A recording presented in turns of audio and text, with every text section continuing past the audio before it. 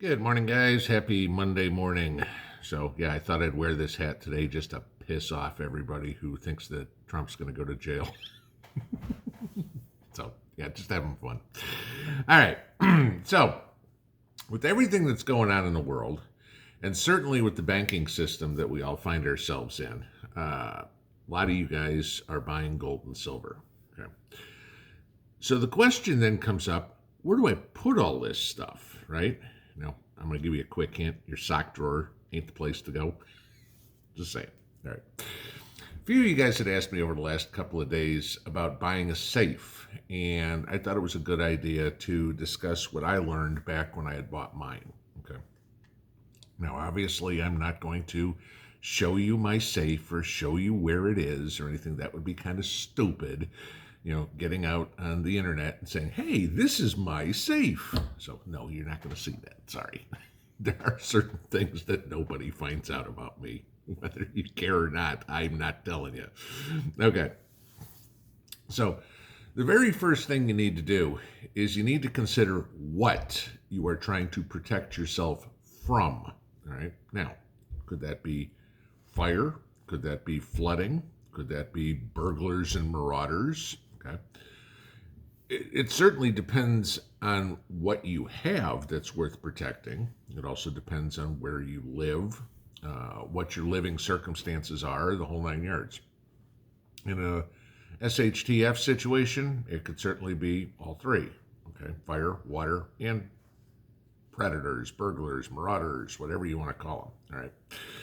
All right. But you got to remember, just like in prepping, there is no one size fits all. Okay, different things have different purposes. So what I wanted to kind of do is discuss the different kinds of safes that you can consider and what their pros and cons are, kind of like I was told when I bought mine. Okay, so you can figure out which, if any, okay, are right for you, your budget. At least you have a place to start. All right. So the first one and the least expensive is the fireproof / waterproof safes. Okay, and I mean you can get them in any size, but usually for home purposes you're going to get one that's maybe about 2 cubic feet, somewhere thereabouts. I don't know, maybe the size of a couple of cases of soda put together or whatever. Fireproof safes do a great job of protecting paper documents, maybe some cash, okay, from heat and smoke damage. Usually they're rated for about 90 minutes in any sort of fire, before they will start to degrade. Now, of course, if you wind up in the towering inferno and, it's going to take the fire department 6 hours to put out your fire, you know what? You're probably out everything anyway. All right. You may not have accomplished anything at that point. So it's just something to think about. You got to remember the reason fireproof safes are inexpensive and the reason they're very light, okay, is they're very thin metal. They're like 16 gauge metal. And what the metal basically is intended for is somewhere for the fire retardant material to stick to. That's what you're doing. You're protecting from fire. You're not really protecting from much else. Okay. So because it's thin metal like that, it can easily be cut, sawed, punctured, whatever it is, with simple hand tools. Okay. Like I said, the advantage are they're lightweight, there's some protection, and they're usually pretty inexpensive, around $100 or so. So it's an idea. All right. So then the next option is a burglar safe. And, burglar safes are the best of both worlds. They offer you the fire and the water protection, but they also are heavy gauge steel and stuff. It's basically a mini vault. Okay. Again, same size. Chances are your average ones are about 2 cubic feet. The thing is, they are very heavy. Obviously, you got thick steel. Okay. And they are expensive. I mean, they'll cost you, on this size, cost you about $1,500. All right. Now, when you're considering purchasing a safe because of the cost, think about what you're going to put in it. Not just today, but say over the next 10 years or longer, whatever would be. Okay? Because as your content value grows, let's say you're continuing to buy gold and silver, 20 ounces of silver takes up, half the space of a can. Okay. And you start adding that up, you're going to, you buy a small safe, you're going to run out of space. Okay, now I need to go buy a bigger safe. And now you've got this other one sitting over here going, I spent $1,000 on that. I got no use for it. But you can't have two. Okay, backups to backups, and having multiple safes in multiple places, probably a really good idea anyway. Don't put all your eggs in one basket. Put your silver in here, put your silver in there, put your papers in there. Got a couple of them in different places. If they find one safe, you still got two. Just saying. Okay. So then you get into a little bit more bigger ideas. How about a floor safe? Okay, and I'm not talking about one that you bolt to the floor. Either one of the previous two, you should bolt to the floor somehow so somebody just doesn't pick it up and leave. Okay. But a floor safe is great for protecting valuables because the way they're meant to be, you encase them in concrete. Right? When you're pouring a concrete floor, you put the safe in, you pour the concrete around it, and 5 sides of that cube are now surrounded by concrete. Nobody's pulling that one out without a jackhammer. Right? The downside is there are no floor safe manufacturers that list a fire rating for the safe. And if the top, the front, the door, whatever, is not fire rated, then there's a problem still. Nobody's going to steal it, but you have that problem. Okay. The other problem is, are you planning on pouring a concrete floor anytime soon? If you are, if you're the one out of the 100,000 people that watch this video, hopefully, and are pouring concrete, that'd be the way to go. But the rest of us, not so much. Attaching it to floor joist is always an option, okay? But you better have some pretty beefy floor joists to handle that kind of weight. All right, just giving you. Then there's the wall safe, okay? The ones that you see in the James Bond movies or any sort of spy flicks or something. Okay, those go right back to the fireproof safe. They're typically thin gauge metal, just like I said earlier, okay? And they're not necessarily the best place to keep large amounts of cash or high value jewelry or gold or silver or coins or whatever you got. Again, contrary to what Hollywood will tell you. All right. Why? I'll give you this real quick. There's no need to even break open the safe.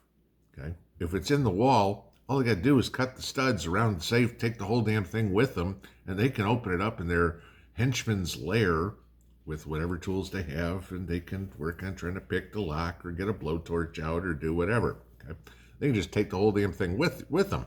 Okay, same problem with the fireproof safe. It's not heavy, right? And then of course the movies will show, well, it's hidden behind a picture or something like that. Where do you think the burglars are going to look? Okay, they watch movies too. It's like, gee, there's a hinge on the side of that picture. I wonder what could be behind it. Okay, they're going to look. Then somebody, of course, inevitably will say, well, burglars aren't going to carry a saw with them. Got one in your garage? Nothing like having your safe stolen with your tools. Okay, hey, you're not home. Okay, they got all the time in the world. Hey, you are home with zip ties around your wrist. Where's the saw? Not difficult, okay? Think Marauders and SHTF. So how about a gun safe? No question here, right? Gun safe's a great option. Obviously, you can store more than guns in it. Nobody's going to move a gun safe. I mean, we're talking thousands of pounds here, all right? But the big fault with this, do you have a basement or some really, really, really, really beefy floor joists to hold a gun safe, okay? Gun safe should be on the lower floor on concrete somewhere. Do not put it on your typical house-made floor joists. It can't hold the weight, all right? You will have a sagging ceiling, and the last thing you want is a gun safe crashing through a floor, okay? Here's the other thing. If you have this monster gun safe, which there's no way you're going to hide that in the house, it's going to be very obvious very quick. Where do you think Marauders and SHTF are going to spend their time once they find a gun safe, right? This is it. It's like, okay, in SHTF, guns are going to be worth their weight in gold. If you say store all your precious metals in your gun safe, guess what? They got your guns, and they got the gold, too. So there's a problem. So what do you get? All right. And again, like I said, this depends on your house, your budget, whatever. But keep some of these things in mind when you're buying a safe and when you're figuring out where to put it. Okay. Will wherever you put your safe encourage you to use it? Is it hard to reach? Is it in an area of the house that you don't like to go to, say a dusty, musty basement? Okay. You got to be committed to using it. Is there adequate light nearby so you can operate the lock? I mean, if it's got a combination lock, it might be really hard to see those little hash marks on it. If it's got a keypad or whatever, it might be a little easier. But then again, you got to remember to replace batteries in that. Okay, it should have a key as well. Okay, a dark corner of a closet or a basement might be a great place for hiding the safe. But if you can't see it or you won't use it, you're wasting money. Right? Is the location adequate to hold a safe? Like I said, a heavy safe needs adequate flooring. Okay. Remember, think like a burglar in this, right? Burglars are going to be looking for the obvious places, like your bedroom closet. That's about the worst place you can put a safe. That's, very common, all right? If you have it in an office, if you've got an office in your house or something, not a good place. That's where they're going to go through looking for it. Put it somewhere where nobody's going to think to look. Right? Get creative. Think about you trying to move the safe. Right? Get one of those burglar safes that's going to be heavy. And again, all of us have different levels of strength and whatever it is. You get yourself a good sized burglar safe and it weighs 100, 150, 200 pounds and you want to put it upstairs in a spare bedroom. Can you get it upstairs? Maybe not. Oh, but the delivery guys will do it. Great. Now the delivery guys know where your safe is. Just saying. You really don't want to show anybody where it is. Okay. Another one, make sure your safe is securely mounted to the building somehow. I mean, unless it's a gun safe. I mean, the thing weighs 1,000 pounds or 2,000 pounds or whatever it is. You really don't need to put a couple of bolts into the wall. They're not going to move it anyway. But anything else, they all come with holes through the bottom that you can bolt them to the floor, or holes that you can bolt them to a wall. It's not perfect, but it will at least slow them down a little bit. It's like the wall safe. Okay, they can still cut out around it. Yeah, it's possible, but it will slow them down. Just saying. Right. I know this is a boring prep. Okay, it's something a lot of people don't want to spend their money on. But it does fit into your organization of your life, if you will. If you have a safe, most likely you're going to store anything of value in there.